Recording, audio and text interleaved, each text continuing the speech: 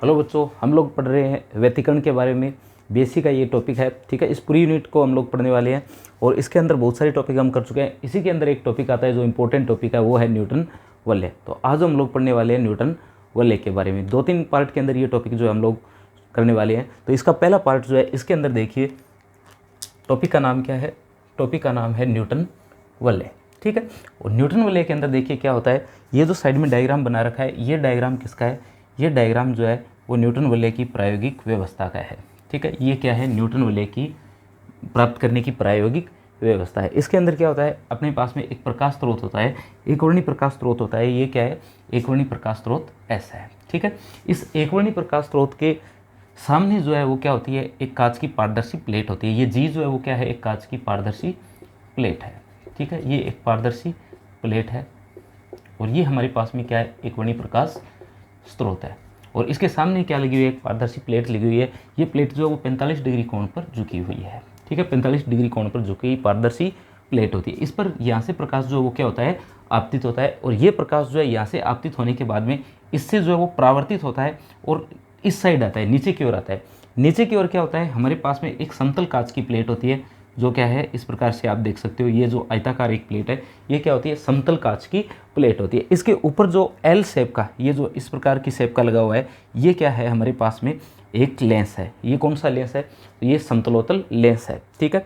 काफ़ी अधिक वक्रता का क्या होता है? ये एक समतलोत्तल लेंस होता है, जो किसके ऊपर टिका होता है? एक समतल कांच की प्लेट पर टिका होता है, ठीक है। और यहाँ से परावर्तन होने के बाद में प्रकाश किरणें जो है वो हमको व्यतिकरण प्रभाव उत्पन्न करती है और हमको कहाँ दिखाई देती है? ये जो सामने सूक्ष्मदर्शी लगा हुआ है, इसके अंदर हमें जो है ये किरणें जो वो दिखाई देती है, ठीक है। ये जो फ्रिंजें बनती है, ये वर्ताकार फ्रिंजें बनती है। और ये जो वर्ताकार फ्रिंजें होती है, ये फानाकार फिल्म जो बनती है। यहाँ पर जो फिल्म बनेगी वो कौन सी बनेगी? फानाकार फिल्म बनेगी। और इस फानाकार फिल्म की वजह से जो फ्रिंजें बनेंगी वो किस प्रकार की बनेगी? वर्ताकार फ्रिंजें बनेगी। यानी इस प्रकार से वर्ताकार जो है इस पर क्या बनेगी? लगातार ऐसे फ्रिंजें बनेगी। और यही क्या है? यही व्यतिकरण प्रतिरूप है, ठीक है। ये बनने की वजह क्या है कि जब हम लोग सामने से ऊपर से इसे देखेंगे, तो सूक्ष्मदर्शी की सहायता से ऊपर से हम देखेंगे, तो ऊपर से देखने पर ये फ्रिंजें जो है वो नीचे जो इस प्रकार से वर्ताकार जो है हमें दिखाई देगी। यानी हमें देखना किस ओर से है? हम लोग इसे ऊपर से देखेंगे और बिल्कुल लेंस की ओर देखेंगे, तो इस लेंस के तल के अंदर इस प्रकार से जो है वो हमें वर्ताकार फ्रिंजें दिखाई देगी। और सामने से देखें तो इस प्रकार से हमें ये दिखाई देगी, ठीक है। इस प्रकार से वर्ताकार फ्रिंजें जो है वो बनेगी। वर्ताकार बनने की वजह ये है कि यहाँ जो फानाकार फिल्म बन रही है, ये जो फानाकार फिल्म बन रही है, ये जहाँ जहाँ समान मोटाई की होगी, यानी इस फानाकार फिल्म की जहाँ जहाँ मोटाई क्या होगी? समान होगी। देखिए ये एक 3D डायग्राम अगर सोचें इसके बारे में, तो इस प्रकार से ये एक वर्ताकार लेंस बनेगा। यहाँ से ये समतलोत्तल लेंस है, ये इस प्रकार से पूरा बड़ा लेंस है, ऐसे रखा गया है ऐसे, ठीक है। जैसे अपने पास में जो प्लेट होती है कुछ उस प्रकार से एक 3D आकृति के अंदर ये लेंस है। और इसके अंदर नीचे इस प्रकार से क्या लगी है? एक सीधी समतल प्लेट लगी है। उसके अंदर हमें क्या दिखाई देगी? इससे वर्ताकार फ्रिंज जो वो दिखाई देगी। बिल्कुल उसी प्रकार से जैसे हमारे फ़ोन का ग्लास होता है, उसके अंदर हम ऊपर की ओर से देखते हैं तो जो ग्लास लगाने के बाद में जो बबल रह जाते हैं, कुछ उसी प्रकार से जो है वो क्या होते हैं? जैसे वो एयर बबल होते हैं, वायु के होते हैं, उसी प्रकार से यहाँ पर क्या बनती है? वायु की फिल्म बनती है। उसकी आकृति जो होती है वो क्या होती है? फानाकार होती है। ऊपर से हम लोग जब इसे देखें तो इस प्रकार से सर्कल जो है वो हमें दिखाई देगा। वो जो सर्कल दिखाई दे रहे हैं, उनकी जहाँ जहाँ मोटाई समान होगी, उन बिंदुओं का यदि हम लोग क्या करें? बिंदु पथ ले, यानी उन बिंदुओं का बिंदु पथ ले जहाँ जहाँ उस सर्कल की मोटाई क्या है? एक समान है, तो वो जो बिंदु पथ उनका जो प्राप्त होगा, उन बिंदुओं का वो क्या प्राप्त होगा? एक वर्त प्राप्त होगा। इसलिए न्यूटन वलय से जो फ्रिंजें बनती है वो किस प्रकार की बनती है? वर्ताकार फ्रिंजें बनती है, ठीक है। तो ये हमारे पास में क्या है? न्यूटन वलय की प्रायोगिक व्यवस्था है। और ये हमारे सामने क्या है? वो फ्रिंजें मिल रही है, ठीक है। ये जो वर्ताकार फ्रिंजें जो है वो हमें न्यूटन वलय प्रयोग से जो है वो इस प्रकार से प्राप्त होती है। ये एकांतर क्रम में प्राप्त होती है। जैसे काली फ्रिंज प्राप्त होगी, उसके बाद में जो है वो चमकीली फ्रिंज, फिर काली फ्रिंज, फिर चमकीली फ्रिंज, फिर काली फ्रिंज जो है वो लगातार हमें दिखाई देती है, ठीक है। इसके बारे में बाद में आगे आने वाली वीडियो में देखेंगे कब जो है कौन सी फ्रिंज जो काली बनेगी, कौन सी फ्रिंज जो है वो प्रदीप्त बनेगी, ठीक है। अब बात कर लेते हैं हम लोग इसके अंदर जो परावर्तित प्रकाश है उसके बारे में बात कर लेते हैं। 2 प्रकार का प्रकाश यहाँ होगा, एक तो परावर्तित होगा और एक जो है वो क्या होगा? पारगमित होगा। सबसे पहले जो कैलकुलेशन कर रहे हैं हम लोग वो कर रहे हैं परावर्तित प्रकाश की, यानी हमारे पास में जो परावर्तित प्रकाश है उसकी कैलकुलेशन जो है वो हम लोग स्टार्ट कर रहे हैं। तो कुछ इस प्रकार से ये जो डायग्राम है, ये नीचे वाला जो डायग्राम है, इसे हमने अलग कर लिया और इस प्रकार से इस डायग्राम को हम लोगों ने काम में ले लिया। ये देखिए, ये जो है वो समतलोत्तल लेंस है, हमारे पास में समतलोत्तल लेंस है, और ये जो है वो क्या है? कांच की प्लेट है, ठीक है। इस प्रकार से ये सोर्स है, इस सोर्स से जो है वो प्रकाश आपतित हो रहा है और ये आपतित प्रकाश जो है वो गिरता है सबसे पहले बिंदु ए पर, ठीक है। ए से ए पर गिरने के बाद में यहाँ से क्या होता है, ये परावर्तित होता है R1 की ओर चला जाता है। उसके बाद में बिंदु बी पर गिरता है और ये फिर से क्या हो जाता है, परावर्तित हो जाता है। और इस पार्ट में एक फिल्म बनती है जिसका कोण जो है वो कितना होता है, थीटा होता है। फान कोण कितना है, फान कोण बोलते हैं इसे, फान कोण, फान कोण। ये फान कोण कितना होता है, ये फान कोण जो है वो थीटा होता है, ठीक है। और इसकी अगर मोटाई देखें कि कितनी मोटाई की बनती है, ये टी मोटाई की जो है यहाँ पर जो है वो, यहाँ पर फानाकार फिल्म जो है हमें प्राप्त होती है, ठीक है। सबसे पहले देखिए जो फानाकार फिल्म होती है उसके लिए पथांतर जो है उसका फॉर्मूला ये होता है, delta equal to mu t cos theta plus r. यहाँ थीटा जो है वो फान कोण होता है, आर जो है हमारे पास में जो परावर्तित कोण होता है वो होता है, और ये म्यू जो है वो क्या होता है, अपवर्तनांक होता है। टी फिल्म की मोटाई है और जो है ये हमें पथांतर डेल्टा का मान है। फानाकार फिल्म के लिए पथांतर का मान क्या है, जो समीकरण 1 है। फानाकार फिल्म के लिए जो है वो अलग से एक वीडियो बना रखा है, तो आप लोग प्ले लिस्ट में जाकर के फानाकार फिल्म के लिए ये फार्मूला जो है व्युत्पन्न कैसे करते हैं ये भी आप लोग उसके अंदर देख सकते हो कि ये फार्मूला जो है वो कहाँ से आया है, ठीक है। अब देखिए, अब हम लोग इसका डेरिवेशन स्टार्ट करते हैं और ये देखते हैं कि यदि हमारे पास में क्या हो, थीटा और आर दोनों अल्प हो, यानी फान कोण जो है वो क्या हो, अल्प हो। अगर फान कोण अल्प हो और जो किरण जो है वो किस प्रकार से आपतित हो रही है, प्रकाश की जो अभिलंबवत आपतित हो रही हो,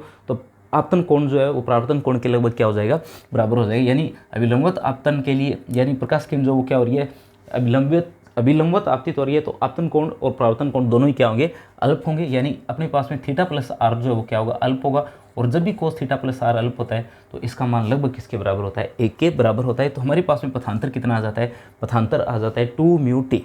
कितना आ जाता है, 2 म्यू टी जो है वो हमें क्या प्राप्त हो जाता है, पथांतर प्राप्त हो जाता है। अब देखिए दो प्रकाश किरणें यहाँ पर आपको दिखाई दे रही है। ये प्रकाश किरण आकर के यहाँ गिरती है, यहाँ गिरती है। नीचे क्या है, नीचे जो है वो वायु की फिल्म है। नीचे क्या है, वायु की फिल्म है। इसे हटा देता हूँ।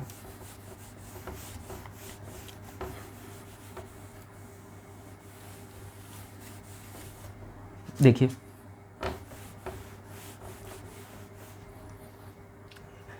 इस प्रकार से ये डायग्राम, ऐसे यहाँ पर प्रकाश जो है वो आपतित हो रहा है, एक यहाँ से परावर्तित हो रही है और एक यहाँ से जो प्रकाश किरण जो है वो परावर्तित हो रही है। ये वाली प्रकाश किरण जो है जो नीचे आ रही है, ये प्रकाश किरण जो नीचे आ रही है, ये जहाँ से परावर्तित हो रही है, ये देखिए ये नीचे वाले पार्ट से परावर्तित हो रही है, प्रकाश की किरण कुछ यहाँ से आ रही है ऐसे। तो ये क्या कर रही है, इस वाले पार्ट से जो है वो परावर्तित होकर के R1 की ओर जा रही है। यहाँ पर क्या है, यहाँ पर एक फिल्म है और ये फिल्म किसकी है, वायु की है। ये फिल्म किसकी है, वायु की है। यानी इसका परावर्तन जो है वो कौन से माध्यम से हो रहा है, तो इसका परावर्तन जो है वो विरल माध्यम से हो रहा है। कौन से माध्यम से हो रहा है, विरल माध्यम से हो रहा है। इसके बाद में देखिए इस किरण को, तो इसका परावर्तन जो है वो कहाँ से हो रहा है, तो इसका परावर्तन जो है वो आप लोग देख सकते हो, नीचे जो प्लेट बी है, नीचे जो प्लेट बी है, इससे इसका क्या हो रहा है, परावर्तन हो रहा है। यानी इसका जो परावर्तन है वो कौन से माध्यम से हो रहा है, सघन माध्यम से हो रहा है। और जब भी किसी प्रकाश किरण का सघन माध्यम से परावर्तन होता है तो स्टोक्स का नियम क्या बोलता है कि पथांतर जो है वो परावर्तित किरण का कितना हो जाता है, λ/2 का अतिरिक्त पथांतर उत्पन्न हो जाता है, ठीक है। स्टोक्स का नियम क्या बोलता है कि अगर सघन माध्यम से किसी प्रकाश किरण का क्या हो रहा हो, परावर्तन हो रहा हो, तो इसमें अतिरिक्त पथांतर जो है λ/2 उत्पन्न हो जाता है। इसलिए यहाँ पर आप लोग देख सकते हो 2 म्यू टी, और अगली इक्वेशन में मैंने क्या किया, λ2 जो है वो माइनस किया है। वजह क्या है, क्योंकि ये जो किरण है उसका परावर्तन हो रहा है, और परावर्तन कौन से माध्यम से हो रहा है, सघन माध्यम से हो रहा है। जब भी प्रकाश किरण का सघन माध्यम से परावर्तन होता है तो λ/2 का अतिरिक्त पथांतर उत्पन्न हो जाता है। तो यहाँ पर λ/2 का क्या हो गया, अतिरिक्त पथांतर उत्पन्न हो गया, ठीक है। उसके बाद में देखिए कि यदि पथांतर जो है वो कितना हो, n हो, यानी व्यतिकरण हो रहा है, और कौन सा हो रहा है, समपोषी व्यतिकरण हो रहा है।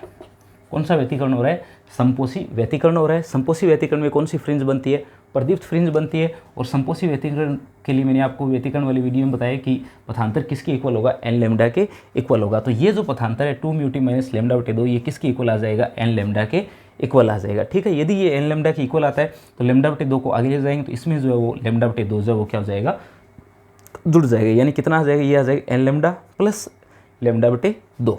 और लैम्डा को अगर बाहर निकाल लें तो हमारे पास में बनता है n+1/2 लैम्डा, ठीक है। और इसे जो है 2 एलसीएम लेंगे और 2 को बाहर भी भेज देंगे तो λ/2 बनेगा, और यहाँ क्या बचेगा, 2n+1 λ/2। यानी समपोषी व्यतिकरण यहाँ हो रहा है। पर इस फानाकार फिल्म के अंदर जो न्यूटन वलय का टॉपिक हम लोग कर रहे हैं, इसमें जो परावर्तित किरण है उसके लिए जो पथांतर है समपोषी के लिए वो कितना आ रहा है, ये आ रहा है 2 म्यू टी, और किसके इक्वल, 2n+1 λ/2 के, ठीक है। ये मान जो हमें यहाँ से प्राप्त हो रहा है, ठीक है। ये आप लोग देख सकते हो, ये हमें प्राप्त हो रहा है कौन सी फ्रिंज के लिए, प्रदीप्त फ्रिंज के लिए। अगर बात करें एनवी फ्रिंज की, कौन सी फ्रिंज की, एनवी फ्रिंज की, तो इसे हम लोग लिखेंगे 2 म्यू टी एन। कितना लिखेंगे? 2 म्यू टी एन और 2n प्लस 1 लेमडा बटे 2।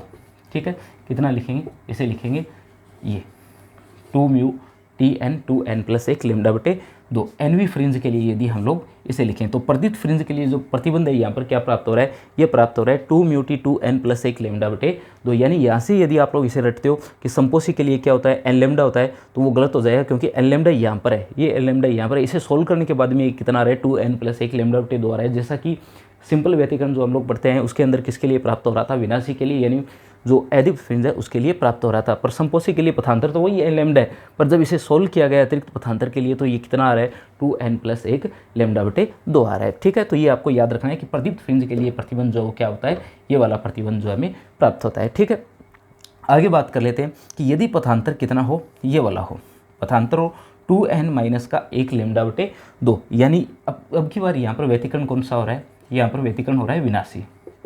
कौन सा व्यतिकरण हो रहा है? तो यहाँ व्यतिकरण हो रहा है विनाशी। और विनाशी व्यतिकरण के अंदर आप लोग जानते हो कि हम लोग क्या करते हैं? इसे लिखते हैं 2n प्लस माइनस 1 लेमडा बटे 2।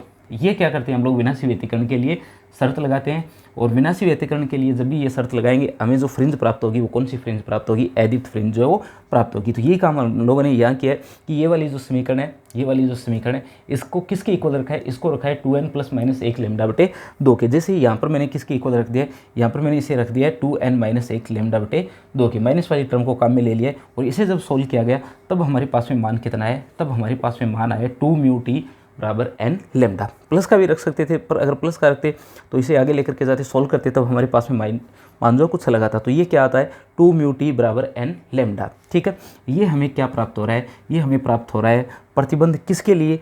ये हमें प्रतिबंध प्राप्त हो रहा है एदिप्त फ्रिंज के लिए। यानी एदिप्त फ्रिंज के लिए यदि लिखे, इसके बाद में ये प्रदीप्त फ्रिंज के लिए और एदिप्त फ्रिंज के लिए लिखे, तो ये जो प्रतिबंध है वो क्या प्राप्त हो रहा है? 2 म्यू टी और कितना प्राप्त हो रहा है? n lambda. एनवी फ्रिंज के लिए कितना प्राप्त हो रहा है? 2 म्यू टी एन और n लेमडा के इक्वल प्राप्त हो रहा है एनवी फ्रिंज के लिए। ठीक है, अब देखिए इसके बाद में हम लोग क्या करते हैं? इसे आगे सोल्व करते हैं और उसके बाद में ज्ञात करते हैं कि एदीप्त और प्रदीप्त वलय जो है इनके व्यास, यानी हमें फ्रिंज तो प्राप्त होगी दीप्त और एदीप्त, पर यदि हमें क्या प्राप्त करने हो? इनके व्यास प्राप्त करने हो, तो इनके व्यास जो है वो किस प्रकार से हम लोग प्राप्त करते हैं। ठीक है, तो देखिए व्यास के लिए हम लोग क्या करते हैं? सबसे पहले ये जो हमारे पास में डायग्राम है, ये वाला जो डायग्राम है ये बनाते हैं हम। ठीक है, क्या करते हैं हम लोग कि जो इस प्रकार का डायग्राम हमारे पास में था,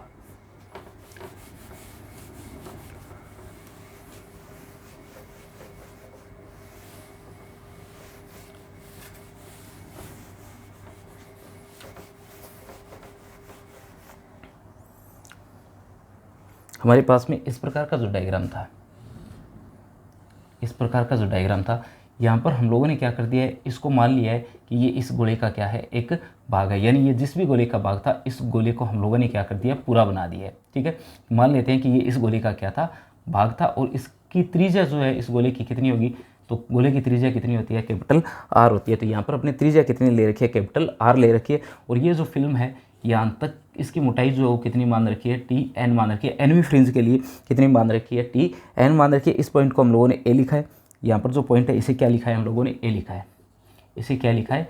A लिखा है। इसके बाद में इसे क्या लिखा गया है? इसे लिखा गया है E, और ये जो पॉइंट है इसे क्या लिख दिया हम लोगों ने? R लिख दिया है। ठीक है, इस प्रकार से हम लोगों ने इसे बना दिया। अब देखिए हमें क्या करना है? हमें ज्ञात करना है कि जो हमारी एदीप्त और प्रदीप्त वलय बन रही है इनके व्यास कितने हैं। तो सबसे पहले हम लोग यहाँ से किसका मान ज्ञात करेंगे? त्रिज्या का मान जो वो ज्ञात करेंगे। अब देखिए आपको देखने से ये लग रहा होगा कि त्रिज्या का मान ज्ञात कर रहे हैं, यानी R का मान हम लोग ज्ञात कर रहे हैं, पर ऐसा नहीं है। ऊपर से हम लोग इसे देखें तो इसके अंदर जो वो वर्ताकार जो फ्रिंजें बन रही है हमें उनका व्यास ज्ञात करना है, यानी ऊपर से जो सूक्ष्मदर्शी लगा हुआ है उससे देखने पर जो इस प्रकार से वर्ताकार फ्रिंजें प्राप्त हो रही है हम लोग उनका व्यास जो है वो ज्ञात कर रहे हैं कि उनका व्यास जो है वो कितना है। जैसे एनवी फ्रिंज के लिए कितना है? Dn, और उसके बाद में जो फ्रिंज बन रही है उसका कितना होगा? Dn, और प्लस की P जो फ्रिंज बन रही है उसके लिए n प्लस पी। क्रमांक जो है वो आगे से आगे, जैसे n+1 n+2 मैंने मान लिया n+p, उनका व्यास जो है हम लोग ज्ञात कर रहे हैं। यानी ऊपर से देख रहे हैं इसके अंदर जो यहाँ फ्रिंज बन रही है जो इस प्रकार से क्या है? वर्ताकार है। इसके अंदर ये सामने जो लाइन दिख रही है, ये वाली लाइन दिख रही है, इसके अंदर जो वर्ताकार फ्रिंज जो आपको दिखाई देगी। यानी ऊपर से देखेंगे तो ये 3D डायग्राम को देखना पड़ेगा, और ऊपर से हमें किस प्रकार से दिखाई देगी? ये वर्ताकार फ्रिंज जो है वो दिखाई देगी। मान लेते हैं उसकी त्रिज्या कितनी है? आर एन है, उसकी त्रिज्या कितनी है, आर एन है। तो अब हम लोग इसे सॉल्व करते हैं। तो देखिए हमारे पास में जो मान आएगा ई ए जो है वो उसकी क्या होगी, त्रिज्या होगी। ये वाली ई ए जो है वो क्या होगी, त्रिज्या होगी आर एन। ठीक है, कितनी होगी त्रिज्या, आर एन होगी।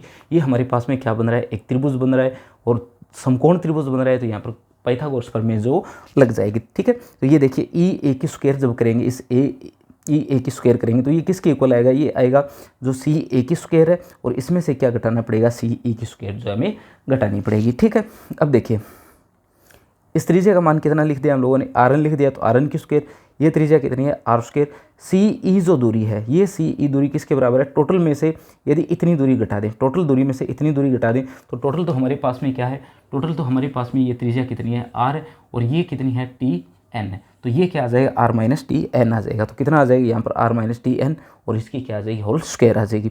ये होल स्क्वायर हम लोग खोल लेंगे तो हमारे पास में जो मान है वो कितना बचेगा, ये बचेगा आर स्क्वायर, ये भी माइनस का आर स्क्वायर। तो आर स्क्वायर से आर स्क्वायर क्या हो जाएगा, सबसे पहले तो कैंसिल हो जाएगा। ठीक है, इसकी स्क्वायर करेंगे तो ये टी एन स्क्वायर जो है हमारे पास में बचने वाला है। एक हमारे पास में क्या आएगा, एक आएगा two r t n minus का, और माइनस क्या बन जाएगा, प्लस बन जाएगा। यानी हमारे पास में क्या आने वाला है, टू आर टी एन जो है हमारे पास में आने वाला है। ठीक है, यहाँ टी एन की स्क्वायर आएगी पर बार माइनस होने की वजह से क्या आ जाएगा, ये आ जाएगा ये टर्म। और यदि हम लोग इसे देखें टी एन को, तो टी एन जो है वो इस आर की तुलना में क्या है, नगण्य है। आर की तुलना में टी एन का मान क्या है, नगण्य। तो लगभग जो है हम फॉर्मूले के अंदर जो है आर एन की स्क्वायर लिख रहे हैं, वो आर एन की स्क्वायर किसके बराबर है, तो आर एन की स्क्वायर जो है वो हमारी बराबर है टू और आर टी एन के, टू आर टी एन के। और यहाँ से यदि आर एन का मान ज्ञात करें तो कितना आता है, ये आता है टू आर टी एन। कितना आता है, टू आर टी एन जो है वो प्राप्त होता है। ये किसका मान है, ये हमें त्रिज्या का मान प्राप्त हो गया कि जो न्यूटन वलय बन रही है, इस न्यूटन वलय के अंदर जो फ्रिंजें बन रही है उन फ्रिंजों की त्रिज्या कितनी है, आर एन बराबर टू आर पी एन। और यदि व्यास ज्ञात करेंगे, यानी क्या ज्ञात करना हो, व्यास ज्ञात करना हो, तो इससे किससे मल्टीप्लाई करना पड़ेगा, टू से मल्टीप्लाई करना पड़ेगा। तो हमें क्या प्राप्त हो जाएगा, इसका व्यास जो है वो प्राप्त हो जाएगा। अब दो प्रकार की फ्रिंजें बन रही है, एक तो हमारे पास में बन रही है दीप्त और एक बन रही है अदीप्त। तो सबसे पहले किसका व्यास ज्ञात करते हैं, सबसे पहले हम लोग ज्ञात करते हैं जो अदीप्त फ्रिंज है उसका व्यास जो है वो ज्ञात करते हैं। यहाँ देखिए क्या किया गया, यहाँ डी एन का मान ज्ञात किया गया और टू से क्या किया गया, आर एन को मल्टीप्लाई किया गया है। और टू को अंदर लेकर के जाएंगे तो अंदर ये जब भी अंडर रूट के अंदर जाएगा तो 4 बनेगा, 4 को 2 से मल्टीप्लाई करेंगे तो कितना आएगा, 8 आएगा। यानी डी एन का जो मान है, डी एन का मान आपके पास में क्या आएगा, ये आएगा 8 आर टी एन। ये किसका मान है, ये व्यास का मान है। ठीक है, ये जो समीकरण हमें यहाँ पर प्राप्त हो जाएगी। ठीक है, डी एन बराबर हमें कितना मिल जाएगा, डी एन बराबर हमें मिल जाएगा, डी एन बराबर 8 आर टी एन। ये जो है मान हमें अंडर रूट के अंदर प्राप्त हो जाएगा। अब देखिए अदीप्त वलय का व्यास अगर ज्ञात करें तो अदीप्त वलय का व्यास ज्ञात करने के लिए ये देखिए अदीप्त फ्रिंज है, ये अदीप्त फ्रिंज है। इसके लिए एनवी फ्रिंज के लिए मान कितना आएगा, यहाँ से ये मान आएगा टी एन बराबर एन लेमडा बटा 2 म्यू। कितना आएगा, एन लेमडा बटे 2 म्यू। ये देखिए एन लेमडा बटे 2 म्यू आएगा, जो कट रहा है उसे काट देंगे। जैसे ये यहाँ से कटेगा 4 और 12 आकर के कितना बन जाएगा 2, तो ये कितना आ जाएगा 2 एन लेमडा आर बटे म्यू आ जाएगा। और वायु के लिए म्यू की वैल्यू कितनी होती है, 1 होती है। तो डी एन की वैल्यू कितनी आ जाएगी, डी एन की वैल्यू आ जाएगी 2 एन लेमडा आर। कितनी आ जाएगी, 2 under root n lambda r. 2 under root n lambda r जो है वो क्या है, अदीप्त वलय का व्यास है। ठीक है, इसके बाद में बात कर लेते हैं अदीप्त वलय के व्यास की। के अदीप्त वलय जो है उसका व्यास किस प्रकार से ज्ञात करेंगे, ये हमारे पास में फॉर्मूला है। और हमें किसका मान रखना पड़ेगा, टी एन का मान रखना पड़ेगा। किसके लिए रख रहे हैं, दीप्त वलय के लिए रख रहे हैं। तो दीप्त या प्रदीप्त के लिए ये हमारे पास में क्या है, इसका फॉर्मूला है। यहाँ से किसका मान ज्ञात करेंगे, टी एन का मान जो है वो ज्ञात करेंगे। तो यहाँ से किसका मान ज्ञात हो जाएगा, टी एन का मान ज्ञात हो जाएगा। देखिए अगर इसे सोल्व करें तो ये बनता है 2n + 1 और लेमडा ये ऊपर है ही, और बाद में कितना आ जाएगा, ये 2 से मल्टीप्लाई होकर के 4 बनेगा, 4 म्यू। कितना आ जाएगा, 4 म्यू आ जाएगा। और ये मान जब हम लोग यहाँ रखें तो यहाँ रखने पर देखिए ये किससे मल्टीप्लाई हो जाएगा, ये मल्टीप्लाई हो जाएगा 8r से। किससे मल्टीप्लाई हो जाएगा, ये मान जो 8r से मल्टीप्लाई हो जाएगा। 8r से मल्टीप्लाई होने का मतलब है कि सोल्व कर लेते हैं। देखो ये आ जाएगा 8r इंटू 2n + 1 लेमडा बटे 4 म्यू। और इसका क्या है, ये अंडर रूट है। ठीक है, ये टोटल वैल्यू जो है किसके अंदर है, अंडर रूट के अंदर है। तो ये यहाँ से कटेगा और कितना बचेगा, 2 बचेगा। अब देखिए आपके पास में वैल्यू कितनी आ जाती है, ये आ जाती है 2 और 2n + 1 और r लेमडा म्यू। कितनी आ जाती है, 2n + 1 लेमडा बटे म्यू, और साथ में क्या है आर। ये अंडर रूट के अंदर जो है वो वैल्यू हमारे पास में आ जाती है। ये देखिए 2 अंडर रूट 2n+1 और r लैम्डा बटे म्यू, ये वैल्यू जो है हमें प्राप्त हो रही है किसके लिए, ये हमें प्राप्त हो रही है दीप्त वलय के व्यास के लिए। ठीक है, तो इस प्रकार से दीप्त और अदीप्त वलय का व्यास जो है वो हम लोग ज्ञात कर सकते हैं। अगला टॉपिक हमारे पास में आता है फ्रिंज अंतराल, कि यदि फ्रिंज अंतराल ज्ञात करना हो तो फ्रिंज अंतराल जो किस प्रकार से ज्ञात करते हैं। फ्रिंज अंतराल का मतलब क्या होता है, फ्रिंज चौड़ाई या जिसे हम लोग बोलते हैं फ्रिंज अंतराल, इसका मतलब होता है कि जो दो क्रमागत दीप्त या अदीप्त फ्रिंजें हैं, जो क्रमागत दीप्त या अदीप्त फ्रिंज है उनके मध्य जो दूरी होती है वो क्या कहलाती है, हमारी फ्रिंज अंतराल कहलाती है। यहाँ पर फ्रिंजें जो वो किस प्रकार की बन रही है, वर्ताकार फ्रिंजें बन रही है। तो यहाँ पर इसकी परिभाषा क्या बनेगी, दो क्रमागत दीप्त या अदीप्त फ्रिंजों की त्रिज्याओं का अंतर जो है वो क्या कहलाएगा, वो कहलाएगा हमारे पास में फ्रिंज अंतराल। यानी हमें अब की बार किन का अंतर लेना पड़ेगा, त्रिज्याओं का अंतर लेना पड़ेगा। ठीक है,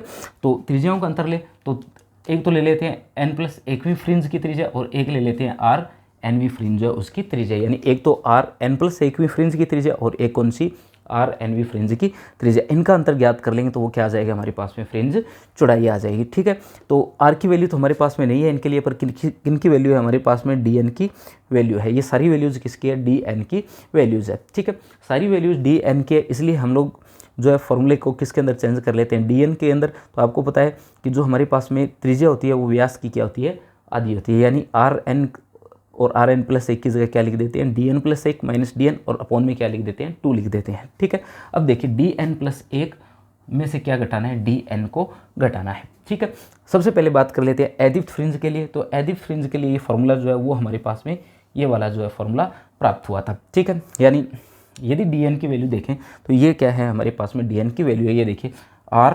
ये रहा R, ये रहा लैम्डा और ये रहा म्यू। ठीक है, और ये साथ के साथ में क्या है, हमारे पास में 2 जो है वो इसके साथ में है। ठीक है, अब देखिए हमारे पास में क्या आएगा, अब हमें क्या करना है, ये 2 जो है वो कॉमन आएगा। n+1वीं के लिए लिखेंगे तो यहाँ पर 2 जो है वो कॉमन आएगा, पर नीचे क्या लिखा गया है, 2 लिखा गया है, इसलिए ये 2 क्या हो जाएगी, यहाँ से कैंसिल हो जाएगा, कॉमन आ जाएगा √r लैम्डा और म्यू। वैल्यू सिर्फ किसकी बदल रही है, n की बदल रही है, तो ये √n है और ये क्या आ जाएगा, √n+1 आ जाएगी। यानी क्या आ जाएगा, √n+1 माइनस √n और √r लैम्डा बटे म्यू। यहाँ जो 2 था, इन सब के साथ में 2 था, वो यहाँ से कॉमन आएगा, पर नीचे 2 होने की वजह से वो क्या हो जाता है, यहाँ से निरस्त हो जाता है। ये किसका फॉर्मूला प्राप्त हो जाता है, फ्रिंज चौड़ाई का, और किसके लिए, अदीप्त फ्रिंज के लिए जो फॉर्मूला प्राप्त हो जाता है। इसके बाद में बात करते हैं दीप्त फ्रिंज के लिए। तो दीप्त फ्रिंज के लिए आपके पास में फॉर्मूला क्या है, ये वाला फॉर्मूला जो है वो किसका है, दीप्त फ्रिंज का है। ठीक है, इसमें से देखिए कौन सी वैल्यू जो है वो सेम रहेगी, तो ये 2 जो है, ये 2 इसके साथ में है, R लैम्डा म्यू, ये R लैम्डा म्यू जो है वो भी इसके साथ में, वैल्यू सिर्फ कौन सी बदलेगी, तो वैल्यू बदलेगी सिर्फ आपके पास में ये वाली 1/2 वैसे ही बाहर है, तो आपकी वैल्यू सिर्फ कौन सी चेंज होगी, 2n+1 वाली। तो सीधी Dn के लिए तो कितनी आएगी, √2n+1 आई, और Dn+1 के लिए ये वैल्यू जो है n की जगह कितनी आएगी, n+1, यानी ये आएगा 2n+1 और प्लस का 1, ये आएगा 2n प्लस का 2 प्लस का 1, तो कितना आ जाएगा 2n+3। यहाँ कितना आ जाएगा, 2n+3 आ जाएगा, और 1/2 जो है वो बाहर लिखा गया है। ठीक है, तो ये क्या प्राप्त हो जाती है हमें, अदीप्त फ्रिंज के लिए फ्रिंज अंतराल, और ये दीप्त फ्रिंज के लिए, ये दीप्त फ्रिंज के लिए फ्रिंज अंतराल है, और ये जो है वो अदीप्त फ्रिंज के लिए फ्रिंज अंतराल है। इसके अलावा अगर आपसे पूछे कि दीप्त फ्रिंज और अदीप्त फ्रिंज का व्यास जो है वो किस पर निर्भर करता है, तो यदि इनके व्यास की निर्भरता पूछे तो अदीप्त फ्रिंज का व्यास आप लोग देख सकते हो, यदि यहाँ से देखें इस फॉर्मूले से, तो ये n पर निर्भर करता है, किस पर, फ्रिंज के क्रमांक n पर निर्भर कर रहा है, लैम्डा पर निर्भर कर रहा है, और किस पर निर्भर कर रहा है, जो हमारे पास में लेंस था, समतलोत्तल लेंस था, उसकी त्रिज्या पर क्या कर रहा है, निर्भर कर रहा है √ के साथ में। ठीक है, इसके अलावा यदि म्यू भी होता तो √1/1 म्यू पर भी ये निर्भर करता है। यहाँ से देखें तो वही सभी चीज़ें प्राप्त हो रही है, n पर निर्भर कर रहा है, r पर, लैम्डा पर और म्यू पर निर्भर कर रहा है। किस प्रकार से निर्भर कर रहा है वो आपको फॉर्मूले में दिख रहा है, ये √r के समानुपाती है, √λ के समानुपाती है, और इसके अलावा 1/√μ के समानुपाती है, यानी √μ के व्युत्क्रमानुपाती है। ठीक है, तो ये था हमारे पास में न्यूटन वलय के टॉपिक। इसके बाद में हम लोगों ने ये अभी जो पढ़ा है, ये पढ़ा है परावर्तित जो हमारे पास में किरणें हो रही है, उन परावर्तित किरणों के लिए जो है वो हम लोगों ने न्यूटन वलय को पढ़ा है। इसके बाद में लगभग ये सारी चीज़ें एक बार फिर से करेंगे, वो किसके लिए करेंगे, पारगमित किरणों के लिए करेंगे, और उसके बाद में तरंग दैर्ध्य का मान ज्ञात करेंगे, और श्वेत प्रकाश के लिए ये न्यूटन वलय जो किस प्रकार से प्राप्त होती है इसकी बात करेंगे, और न्यूटन वलय टॉपिक जो है वो कंप्लीट हो जाएगा। ठीक है, धन्यवाद।